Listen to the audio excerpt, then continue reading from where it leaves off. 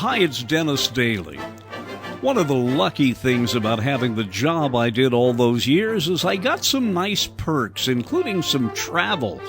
I remember how excited I was the first time I went to Europe. The destination, of course, was London. So come with me now from a broadcast I did in the 1990s. You're aboard a beautiful United Airlines 747, flying nonstop from Washington Dulles Airport to Heathrow Airport in London. I'm sitting up in business class upstairs on the 747, and it has turned out to be a wonderful treat, not just because of the way United Airlines treats you, but this is my first trip overseas. And something else, you know how much I love to fly. United has a neat thing. You can hear the conversation between the tower and the pilot in your headphones as we approach London. 920, turn right, heading 170. Hey, right turn 170 for United, 920. It was great fun listening to the conversation as we flew across the Atlantic and listening to the accents. You have the air traffic controllers in Washington and then the New York area, then Gander, Newfoundland. Then you hear them from Iceland and then Scotland and London, and a lot of other planes were converging on Heathrow. Various different countries flying in that morning. Pilots all speaking English, but with a lot of different accents. Lufthansa 4078, turn left, heading 170. Descend to altitude 4,000 feet, QNH 1019 millibars. And so a smooth landing at London's Heathrow Airport. I couldn't land a 747 any more than I could fly. A lot of tonnage, but a great flight and wonderful fun. Good morning and welcome to London Heathrow Airport, where the local time is approximately 7 minutes past 7 in the morning. We will be taxiing for a few more minutes. It was a great flight across the Atlantic. I had left the night before, and because of the time difference and the fact I was flying east, it was indeed a little after 7 in the morning. And jet lag is one of the things you're going to have to be prepared for as you travel. It took a while to get through customs, an hour or so before I was out of the airport. That's another lesson when you fly overseas. It takes you a lot more time than it does domestically. You can't just get your baggage and leave. They want to know what's in it, and they want to see your passport. They want to know where you're coming from and whether you're carrying anything into the country that you shouldn't. Then a long bus trip to the hotel, and I must tell you, the very first thing I saw when I left Heathrow Airport was a sign that said, Kentucky Fried Chicken. Yes, I took my culture with me. Actually, we sent it ahead. In a way, you feel a little bit ashamed to be an American because everywhere you go in Europe, there it is. The American culture has preceded you. There is one part of London that is unmistakably London's alone. It is something you hear. It is the Westminster chimes from the tower high above the halls of Parliament. There is no sound like it in the world, chiming every quarter hour, 24 hours a day. And on the hour, the magic sound of Big Ben. It is likely the world's most famous working clock and bell tower. Brian O'Boyle is the keeper of the clock. He and I walked the 300-plus steps to the top and stood there literally inside Big Ben. We're behind the face of Big Ben, yes, and it's enormous. I mean, I knew it would be big, but until you stand inside it. Well, it's 23 feet in diameter, and the minute hand is 14 foot long, because it doesn't pivot, obviously, on the end, and a 9-foot hour hand, and 365 panes of glass, one for each day of the year. Was that planned that way? How do you know? I wonder at times. There's always, was it serendipity, the happy accident? Yes. I wouldn't know, but the chap who designed it, Pugin, he may well have thought that way.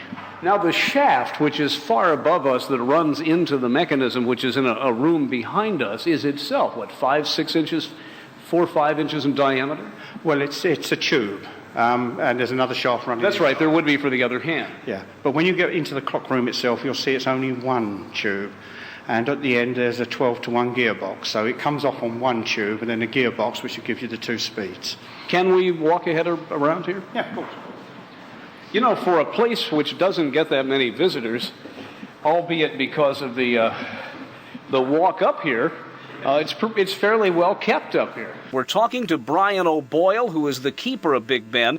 I mentioned to him during the interview that I had never seen Big Ben in person, of course, the first trip to London, and had never seen it in a color photograph, only black and white, and I was surprised at just how beautiful in gold and black the coloring and design of the clock face is. 24-carat gold leaf has always been. But the tower that's opposite Big Ben, which is the Victoria Tower, that was black until we started to do some remedial work and clean the stone, get away all the soot of the bygone years, when we used to use coal fires. And when they started to look, they found there was gold leaf all over that as well. And what had happened, it was used as a watchtower during the last war, and therefore to stop any reflection, they painted out the gold leaf. Anyway, we put it all back. Well, now, as you were taking me through the Parliament area here, you were showing me that some of the building was destroyed during the dreadful bombing that London experienced. How close to this tower was any of the destruction? In the horizontal, a matter of feet. Perhaps it was damaged up to within about 40 foot of the tower. So it was very close. In fact, the south face was completely blown out and had to be reglazed. There's a little story attached to that. We've, over the years, lost some of the glass. I mean, we've had birds fly into it and break it, and we've always had to patch it up with whatever we could find, because the type of glass isn't made anymore. It's called pot opal, and it is white glass completely all the way through, and it's not very thick. It's very, very thin. And the new sort of opal glass is a veneer of the white on top of plain, and it doesn't look the same. So we started to do some little bit of work and finding out where people might have it, and we rang one of our firms in London and said, look, we're looking for some pot opal glass white right the way through, can you help? He says, do you know we've got some glass down in our storage? He said, we're thinking of disposing of it. No one wants it. He says, and do you know it was the glass that they used to repair Big Ben after the war? I said, keep it, we'll buy it. Absolute. Talk about serendipity there. Brian, we're going back out to the little doorway where we came in. If I can get through the narrow works, where do we want to go next? Now, up further? Up one flight. The main key as well. You have enough keys there. Oh, yes. Keys for everything in this place. Got to remember which one it is. It's a modern-day lock. It's not one of those... No, that's a modern-day lock. Oh, okay. There. That's an old lock down there. I love those old keys. Oh, we've got some wonderful keys in Sherlock here. Holmes may have given you one of those. Yeah, we've got some lovely keys. The classic song, the melody that we hear being played, has words. Yes, it has words, and the music is taken from Handel's Messiah, but don't go looking for it, because what they've done is they've taken a little snippet here and there and added them together. Now, I'm no singer, so I apologise for this, but it goes... All through this hour, Lord, be my guide, that by thy power no foot shall slide. And that's the tune of Big Ben. It's not bad. You want to take it on the amateur hour? Brian, looking down at the pendulum, and I would presume this is just the mega version of a grandfather's clock in a way, as far as the mechanism? Well, that's exactly how I describe it every time. The people who look after the clock for us don't like it, because, but it's a grandfather clock.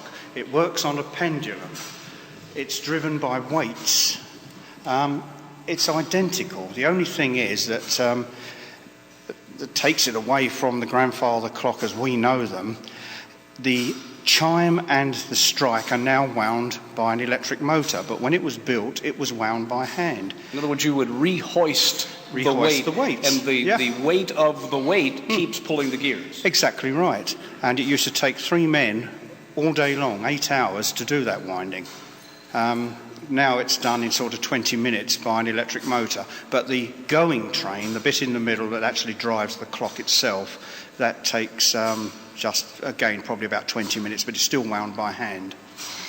Now, there's just a mass of gears which again, this is something that, although this is laid out in the horizontal here, would be very much the same as you would see even in a pocket wristwatch. There's just an elaborate mechanism, but of course you have to maintain the regularity. Two questions. What are the pennies stacked around a rim on the pendulum, and do you work with Greenwich to try to keep it close there? Yes, we would have worked with Greenwich. We do loosely. We work with Greenwich now. We use the atomic clock, which is based at Rugby, and that's connected to the European atomic clock. So we're now it's Greenwich Mean Time or British Summer Time, depending on what time of the year you're at. Now, it stopped for a brief, or no, what happened there? That's a setting up. It's a piece of mechanism dropping into place, and 2 minutes after that, we'll have a reaction with the chimes. Okay, so it happened on the second and masked the sound then. That's why I thought everything had stood still for a second. No, it's just a setting up position, and 2 minutes we'll get the chimes. Now, Brian, above the clock there are two vertical shafts, maybe 1.5 inches in diameter, and at the top sticking out are what look like paddles. Well, they're air brakes. If you liken them to the parachute that comes out the back of an aircraft, what it will do is when the weights start to descend the shaft and turn these big drums, this air brake keeps it within bounds. If it wasn't there would be no check on it, and the shaft will just plummet to the bottom. We would call that a governor in a way. Like a governor, not quite the same. In other words, it creates resistance in the air. Yeah, as I said, like the parachute. Okay. Now, in 1976, one of those shafts snapped. Now, it was the old Victorian shaft. It had been operating for 100 years, but in it was a flaw which couldn't be seen. We hadn't looked. The Victorians, when they built it, would never have known. And it was metal fatigue, and the shaft snapped. When it came for the weight to turn the big drum, which weighs about 400 weight, it then just descended. There was nothing to stop it, no braking mechanism, and it pulled the 400 weight drum completely out of the bed. And if you look, you can see there's a leg now supporting part of the bed, and that's where it cracked. How do you advance the hour hand when you go to what we call daylight saving time in the States, summertime? 1 hour wouldn't be too tough, but how do you go back 11 in fall? Well, we don't. What we do is that at 1:45 or just before 9:45 of the night of the Saturday when it's going to happen, because our time regulates from Sunday morning at 2 a.m. So on the Saturday evening, just before the 9:45 chimes, we put the clock face lights out, we let the chimes go, and then we wind the hands onto midnight. And then we just wait until it becomes either British Summer Time or Greenwich Mean Time, and we restart the clock. Then at 2 a.m. we put the chimes back in again, or just prior to it, and put the lights back on. How many people does it take to do that? We normally have about 3 up here in this time of the year when we're going on to summertime, just to carry out maintenance and to do that. But in your fall, our autumn, we have more people up because we do non-destructive testing of the clock. Because of that damage that I spoke about, we now keep very, very tight look at what's going on with the metal. Brian, what does it feel like to be a member, a citizen of the UK, realizing that this lovely, one-of-a-kind mechanism over which you have the responsibility of care not only represents what is left of the empire to most people? How does it feel to know that you're the man in charge of safeguarding all of that? It feels very, very awkward when things do go wrong, and things do go wrong occasionally, and then I get inundated by the press, by television, by radio, by newspapers, by my boss, by anybody. So it gets a bit daunting at times. Brian O'Boyle is our host, a jovial man who is in charge of the clock, the keeper of the clock, if you will. We have been underneath the big bells looking at the clock mechanism. Then Brian and I climbed a few more steps and stood just beside the massive bell known as Big Ben. Well, now, as we look at Big Ben, and we're only about 10 feet from it here, the massive striker, if you will, normally inside a bell, it's called a clapper. I don't know whether it's the same thing outside, but it is hammer. Just a hammer, which is about 1.5 by 1 foot, a huge cube of metal on a large assembly to swing it down. Is that also run then by the weight of the clock? Is it all one mechanism? There's two mechanisms. One uses for the chimes.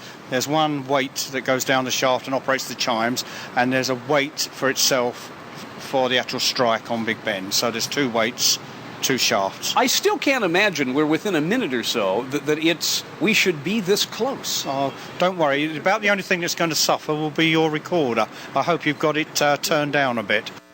And that I could do. Most broadcasters carry fairly decent recorders with them. I had a way to make my microphone less sensitive. Kind of the mechanical version of putting your fingers over your ears. So here we are, 10 feet away from Big Ben, with the microphone pointed away from the chimes, counting down to the top of the hour. First the Westminster chimes, and then, from the closest you'll probably ever get, the magic sound of Big Ben.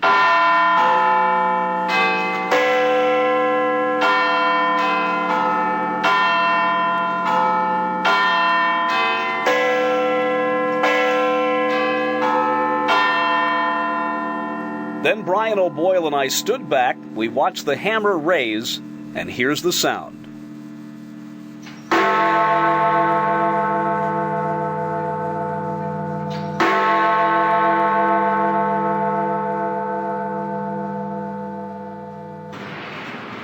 Brian, we're a level above the great Big Ben, and what do we have here strapped to one of the beams? Well, you have the microphones that take out the sound of Big Ben to the World Service and any other BBC programmes. And they've had microphones here since about 1924. In 1923, Radio 2LO, I think it was called, run from Savoy Hill, decided as a treat they would put microphones in for New Year. And they were mounted across the road on one of our buildings. The one we were talking about just now is going to be pulled, or is pulled down. And they got so many nice reports in from people who had the old Cat's Whisker radio sets that they decided to make it a permanent thing. But there was too much traffic noise, even in those days, to have the microphone there. So they moved them into the palace, and they put them inside a football bladder, our soccer bladder. Similar to the muffs that you have on mics today to take out the wind noise and what have you. Then in about 1929 they put a better quality mic in because they started to really move on with radio. And then in 1934 they had the Big Ben going round the world for King George V, giving his Christmas message to all the empire, as it was in those days, Commonwealth now.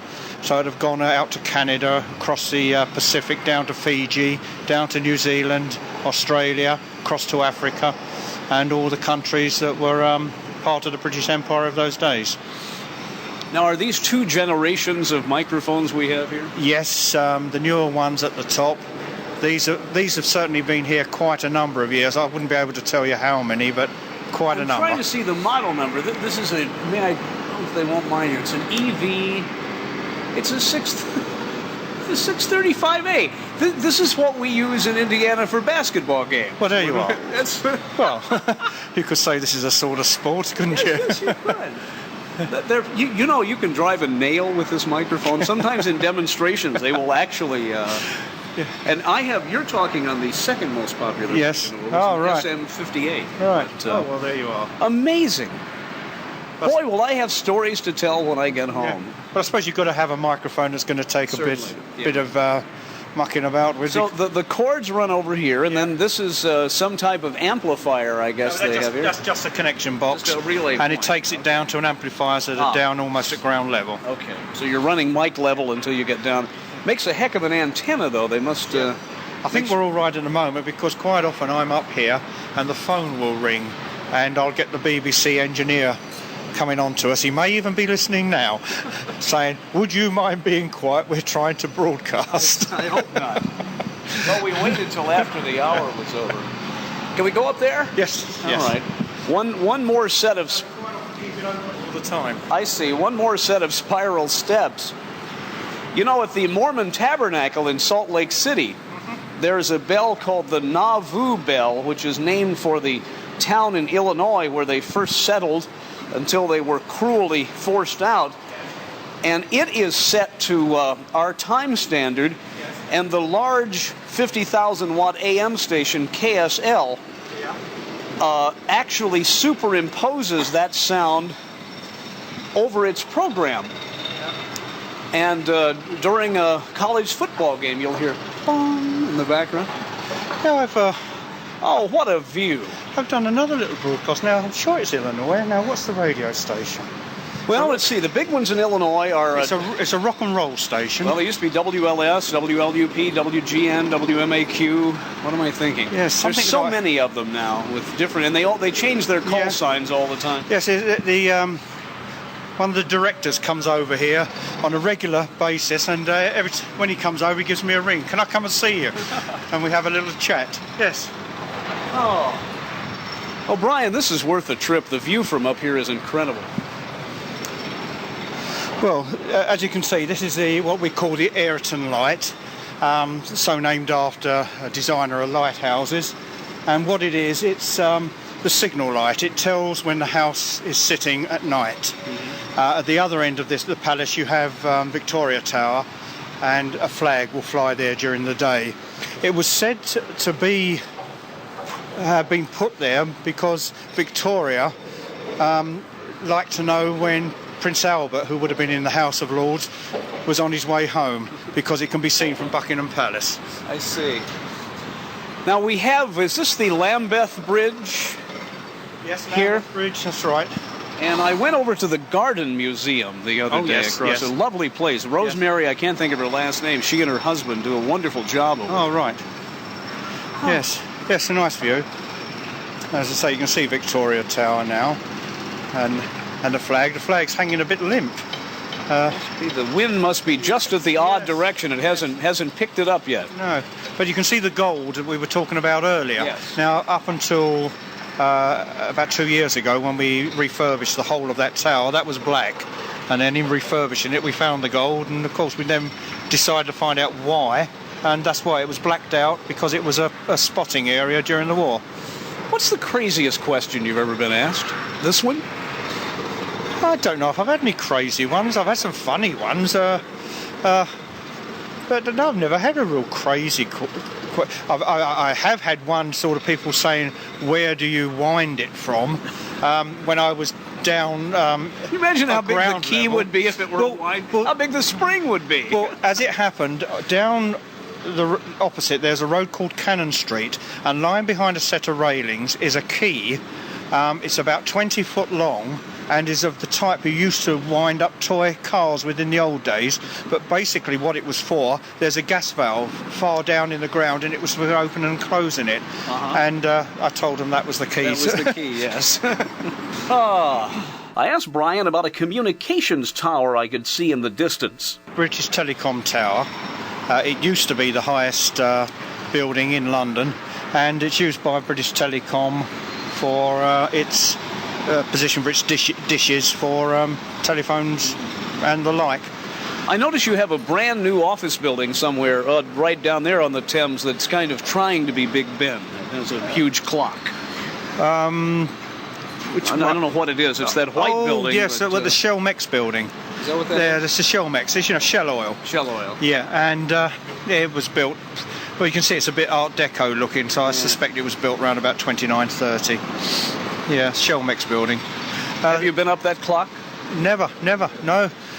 The other building in the other direction, of course, is Canary Wharf, which is now the tallest building. Oh, it certainly is, isn't it? Yeah, that's now the biggest building in London. Don't ask me how big it is, but Big Ben is about 320 foot to the top. So that's probably double that, at least. Well, Brian, this has been a wonderful experience. I really envy you your job, although I will say this, it's one of the longest set of stairs I think I've ever taken. There's some more. Oh, no, I'm fine. Okay. Brian, thanks a lot. You're welcome. Brian O'Boyle, a really nice guy. But I'll tell you, those steps up and down Big Bend will kill you. I'm Dennis Daly.